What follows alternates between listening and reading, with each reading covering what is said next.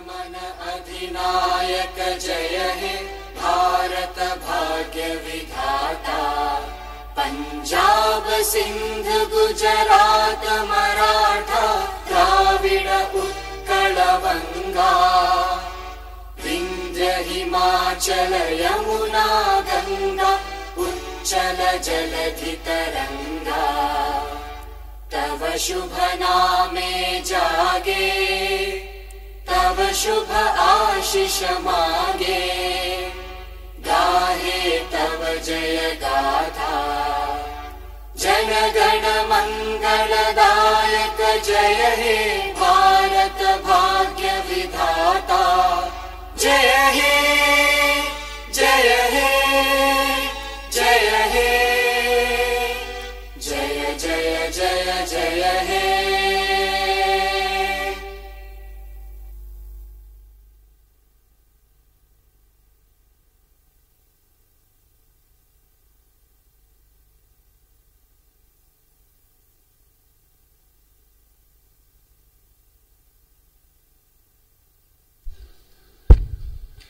Well, it is my very distinct honor to welcome to this 142nd convention of the Theosophical Society the newly appointed governor of Tamil Nadu, Your Excellency. Welcome. On this occasion of the 142nd convention, sometimes it's good to look back and remember a little bit about where we have come from. Obviously, the society was founded in 1875 in New York. Although now, of course, we find its headquarters here in India, it flourished in New York for a time, and it was in 1878 that the decision was made to move its fledgling operations to the nation of India. India at that time, it was a very different situation than it is now. Obviously, it was a time when the British Raj and the colonial powers were dominant in this place. So it was a very odd place for the Theosophical Society, whose primary object is to form a brotherhood of humanity, regardless of caste, race, religion, any of those things which tend to divide us, to find themselves in a situation where, by the dictate of the colonial powers of the time, colonialism is a strange thing in that it requires superior people and inferiors. And the religions of India were viewed from the colonial perspective as not measuring up. And an education system had been put in place to enforce a change in that basic 5,000-year-old religious structure. So the Theosophical Society found itself here. It's remarkable that it is in this setting that it flourished. In 1882, this very ground where we find ourselves gathered here today, was determined to be the international headquarters for this, at that time, young movement. Probably all of you are aware of the three objects of the Theosophical Society, which have formed the basis, the direction for our efforts during the lifetime of this organization. The first one, of course, being the focus on unity, oneness, in the language of the objects, to form a nucleus of the universal brotherhood of humanity. It was in this setting that the religious background, the deeply religious background of the Indian subcontinent, was confirmed, continually affirmed by our original founders. In the face of all opposition from the evangelical sorts of church influences, the beauties and the purity and the profundity of those religions that had been rooted in this nation were spoken to and were defended and were explained even in greater depth. So this was the foundation. Obviously, it's a fascinating thing that the Theosophical Society, founded in New York in the United States, really it was only when it came to India that it was able to spread into the world, and spread it did. The global culture as we know it today has been profoundly influenced by this always very small body. The politics of this nation in particular, the growing contemporary movements of spirituality around the world, the educational systems, science, arts, have all found exemplary members of this organization, bringing forth these ideas and moving the global culture further and further ahead. At the time of the Theosophical Society's founding, one of the original founders, Colonel Henry Steele Olcott, gave an inaugural speech. He said many things during that speech, but one of the things that he said was that in the future, when open-minded historians write about the history of the religious ideas of this time, speaking of the time of 1875, that the formation of this Theosophical Society will not be overlooked. Obviously, that's something that was something of a prediction. But it is a prediction that in our day and time, that future that he had spoken of is actually the fact of this moment.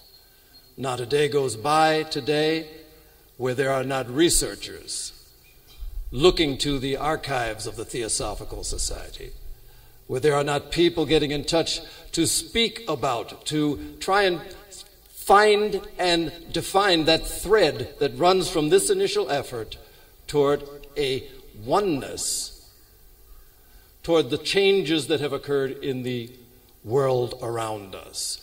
Just to think in terms of a few of the prominent members whose names we are aware of that have had this theosophical influence on the society that we know. In the world of science, we of course have one of the early members of the Theosophical Society, Thomas Edison, probably one of the most profound inventors ever, who aligned himself with the thinking and with the breadth of this movement. Contemporarily, there's a man, Rupert Sheldrake, who has done enormous things to move our thinking into the realm of the unseen, of consciousness as the primary force in all of the things that are influencing human society and life as we know it. In the arts, there are countless people that we can point to, but the modern art movement in particular owes and recognizes a debt to this Theosophical movement. Such people as Vasily Kandinsky, Piet Mondrian, Paul Gauguin, all members of this organization. The early work on the thought forms has come to be integrated into the very basis of the contemporary and modern art movement. So these are things that we are very much aware of. In India itself, one of the profound, in a sense, byproducts of the birth of this movement and of its taking root in this place is nothing less than the independence movement that led to India's independence itself. It is a common fact of the history of this nation that the moving force in its independence was the Indian National Congress, which in 1884, immediately following this event, the International Convention of the Theosophical Society, 17 members of this organization went to meet to develop the plans for this voice for Indian independence. They did it after the convention because the Theosophical Society is not a political body. The very next year, in 1885, the Indian National Congress was founded, and its president was none other than A.O. Hume, who was the first president of the organization, a Theosophical Society member, and president for the first 7 years of that organization's life. The moving force behind the actual accomplishment of India's independence, of course, was Mohandas Gandhi, who, as a lawyer in training in London, was, in his own words, reconnected to the spirituality of his own nation by being introduced to that seminal work of Indian spirituality, the Bhagavad Gita, introduced to it by two members of the Theosophical Society in London. And coincidentally, the version of the Bhagavad Gita that he was exposed to was The Light of Asia, Edwin Arnold, also a theosophist, the poetic rendering of it. That small book became his guidebook throughout the movement that led to the independence of India. And we would be remiss if mention was not made of Annie Besant in discussing the history of this now great nation and its independence. Annie Besant, second president of the Theosophical Society, moved from London to come to India. Her first time speaking at the Indian National Congress took place in 1894. First time she spoke. Little knowing that in 1917 she would become the first woman president of that very same organization. She was a builder of institutions. She was not just someone who spoke about the value of independence and the need for such a thing. She was a builder of the institutions that would support an independent India far before independence took place. There are educational institutions scattered across the land, founded by her. Colleges, secondary schools. Specifically, there are schools that were founded for women's education, as that was a focus for her. The Young Men's Indian Association, which was conceived as a gymnasium, a place where the future leaders of the independent Indian nation that she knew would arrive, would be trained, would become capable, would become versed in all the qualities, not just of intellect, but of character that would be required in this new coming future. The Home Rule movement itself, the very first iteration within the Indian independence movement, that India should rule itself, was initiated, developed, and promoted by Annie Besant. These are the facts. The Theosophical Society, in its beginning, has had these sorts of influences. And it's something that is not a matter of pride, it's just a matter of fact. And it's something that also is expressive of the seminal quality of this organization, that the focus is, has been, and will continue to be on oneness, on unity, on brotherhood. And so I feel it's very auspicious. This is New Year's Day. New Year's Day in an India in which independence is becoming an ever more distant memory, that we have the great blessing of our Tamil Nadu governor's acceptance to come, to be with us, and to address this meeting. So I'd like now to turn it over to Pradeep Gohil, the General Secretary for the Indian section. Oh, pardon me. I'd like to turn it over to our International Secretary.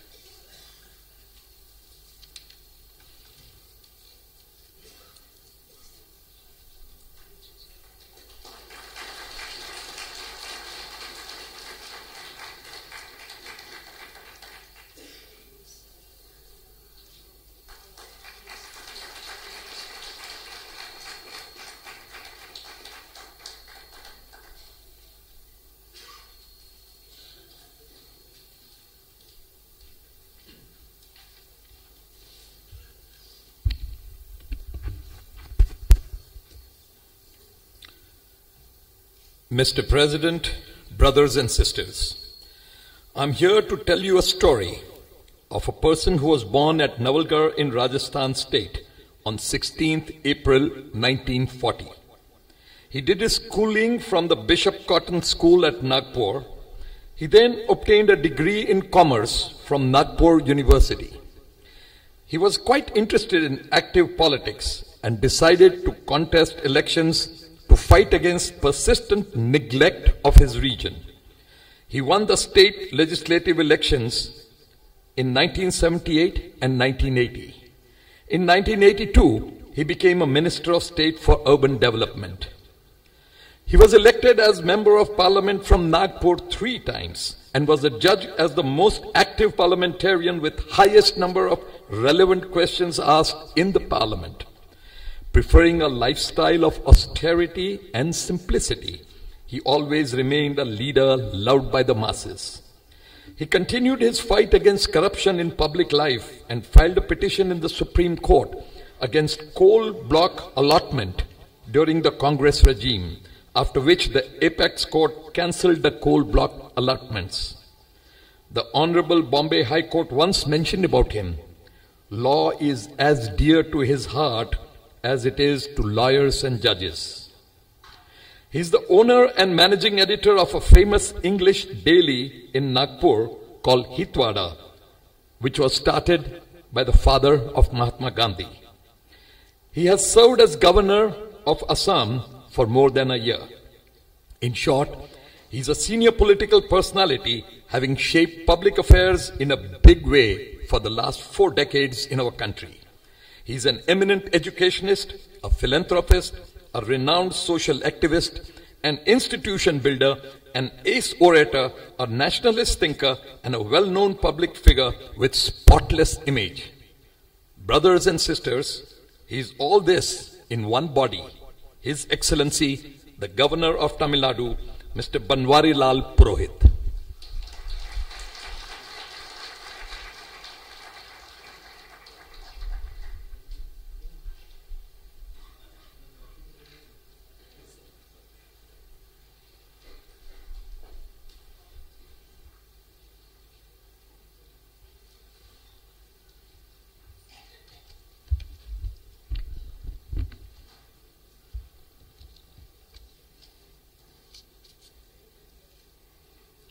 அனைவருக்கும் காலை வணக்கம். Namaste. Good morning. My heartiest greetings and best wishes on the new year.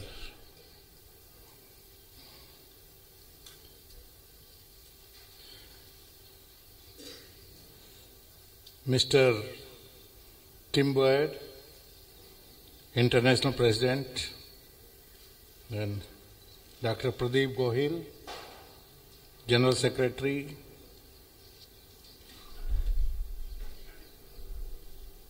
Maria, International Secretary, Mrs. Deepa Pardi, International Vice President, members of the Theosophical Society, delegates, distinguished invitees, friends from media, ladies and gentlemen.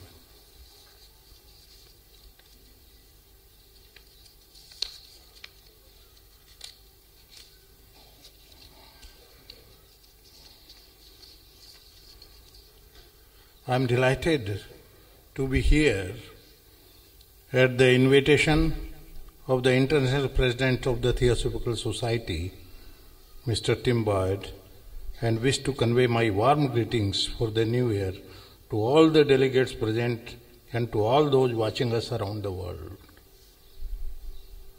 This is a historic moment for all of you, and I am proud to be associated with it. May I, to begin with, also share with you a little bit of history about the connection between Dr. Adyar Besant and myself.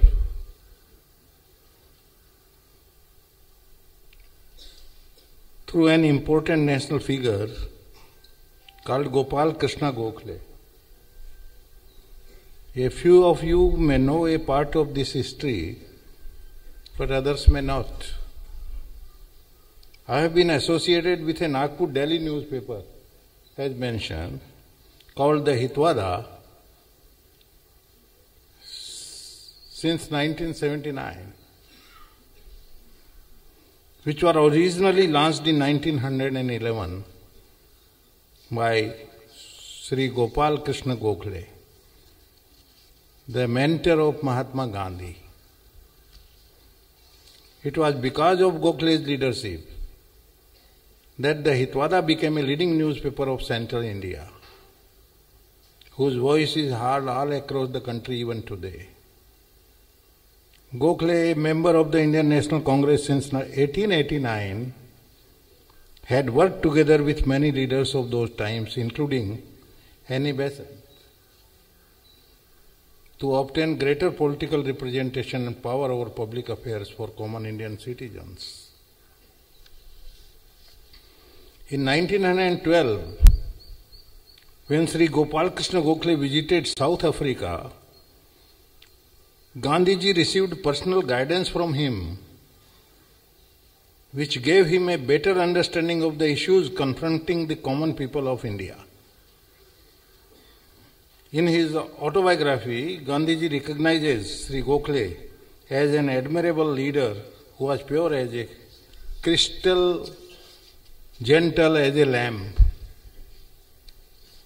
brave as a lion, and chivalrous to a fault, and the most perfect man in political field. I have had the fortune of being associated with the newspapers, which was started by this legendary figure, Sri Gopal Krishna Gokhale. When Annie Besant joined the Indian independence struggle in 1914, she was drawn towards Sri Gopal Krishna Gokhale. She constructed a public hall in Georgetown, Chennai in 1915, the year in which Gopal Krishna Gokhale died, and named it Gokhale Hall to honor his memory. The Gokhale Hall became the seat of operation for the Young Men's Indian Association, which was also founded by Annie Besant. The Young Men's Indian Association was created by her to provide a political gymnasium to equip the youth with a strong body, an informed mind, and a noble character to inherit and imbibe the country's glorious tradition and to take their rightful place as leaders of the future. The fact that she named the public hall where the Young Men's Indian Association was headquartered as the Gokhale Hall speaks volumes of her admiration for that great soul, Sri Gopal Krishna Gokhale. It was in Gokhale Hall that Besant delivered her famous lecture series, Wake Up India, and invited leaders to join her to win freedom for India. For this purpose, she also started two journals, the Commonweal, a weekly dealing with issues of national reform, and New India, previously the Madras Standard, a daily newspaper which for 15 years was a powerful instrument to promote home rule and revolutionize Indian journalism, inspiring Indians with a dynamic vision of India's future. In 1917, Besant was arrested and interned because of her increasingly agitationist approach work for India's home rule. But this arrest lasted only 3 months because home rule movement spread from the cities to the countryside throughout India, and the British government had to commit to a policy of gradual movement towards Indian home rule. That same year, she was elected as the first woman president of the Indian National Congress. She made that office hum with activity for whole year, for the entire year, instead of just for the few days of the Congress annual gathering, as had been in the earlier practice. Annie Besant also became the president of the Theosophical Society, Adyar, in 1907, and continued to hold that position till 1933. Her personality had always revealed the spiritual dimension of a quest for the transformation of the person within. She had moved towards spiritual theosophy in the late 1880s and distanced herself from Marxism as she found mindless pursuit of the economic side of life, lacking the spiritual dimension. In the Theosophical Society under the leadership of Annie Besant, there was emphasis on Buddhist philosophy and esoteric Christianity and the tenets of Hindu philosophy of Central India. Hence, it was no surprise that she worked with Pandit Madan Mohan Malviya for creating the Hindu University at Banaras, which started functioning from 1917. In an inspiring lecture she delivered at Adyar, she said, and I quote, "What is the ideal for a nation? It must have a spirituality expressed in many graded religions, suitable for every class in the nation.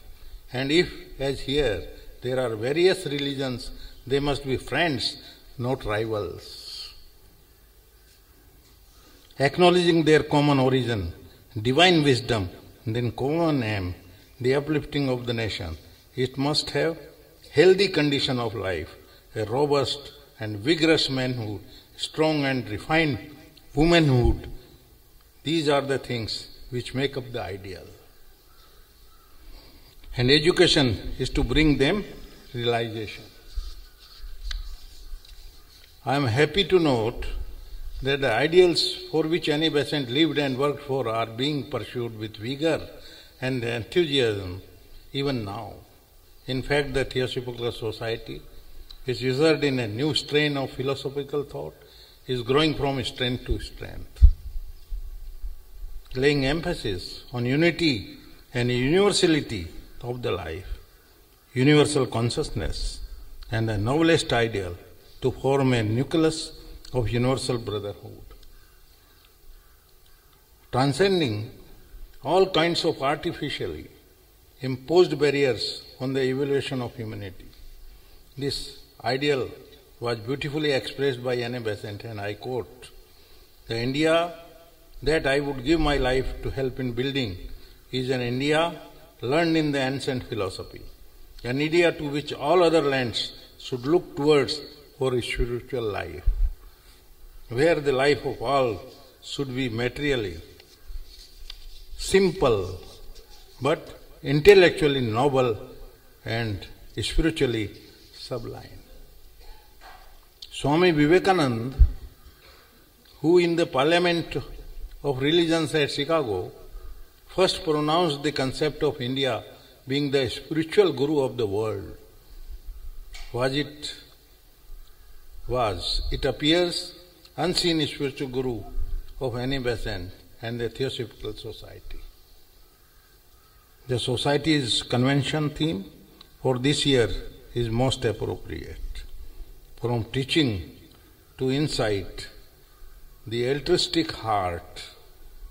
In a sense, this theme means to me that we have to go beyond the intellectual and analytical level to the feeling of oneness, compassion, which can spring only from the altruistic heart. Let us hope take the place this year. We will expand our heart with altruism, fellow feeling, kindness, and uphold service above self. Only then will the import of the Sanskrit saying goes, that is, Vasudev Kutumbakam. The entire world is one family. Be truly realized. My greetings to you all. Jai Hind, Jai Tamil Nadu, Nandari Vanakkam. Thank you.